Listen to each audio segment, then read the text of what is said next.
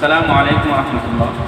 প্রিয় উপস্থিতি, আমাদের মনের মধ্যে প্রশ্ন জাগে যে আহলে হাদিস আমাদের যে বড় বড় ভাইগুলো আছে, যেরকম শাইখ রাজ্জাক বিন ইউসুফ হাফিজাহুল্লাহ, মতিউর রহমান মাদানী, আসাদুল্লাহ গালিব, এটা আমাদের আহলে হাদিস ভাইরা যে আছে, আরও যে হানাফি আমরা যে আছি, আমাদের প্রশ্ন জাগে যে আহলে হাদিস আর হানাফি এরা শরিকানা হয়ে কুরবানি করতে পারবে কিনা এবং এদের কুরবানি জায়েজ হবে কিনা।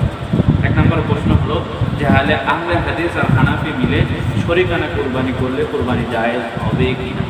এর উত্তর হলো হানাফি ও আহলে হাদিস মিলে শরিকানা কুরবানি করা সম্পূর্ণরূপে জায়েজ, সম্পূর্ণরূপে।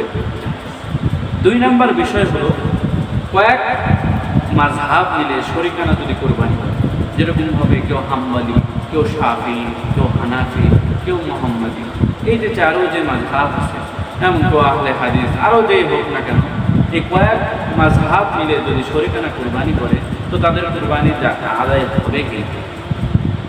দেখেন, কয়েক মাযহাবের লোক মিলে যদি কুরবানি করে, হানাফি, কেউ হাম্বলি, কেউ মালিকি, আবার কেউ শাফি, এভাবে অংশীদার হয়ে শরিকানা কুরবানি করতে শরীয়তের দৃষ্টিতে কোনো রকম বাধা বিপত্তি নেই। আমরাই শুধু বাধাই, কিন্তু আসলে এ সম্পর্কে কোনো বাধা বিপত্তি নাই।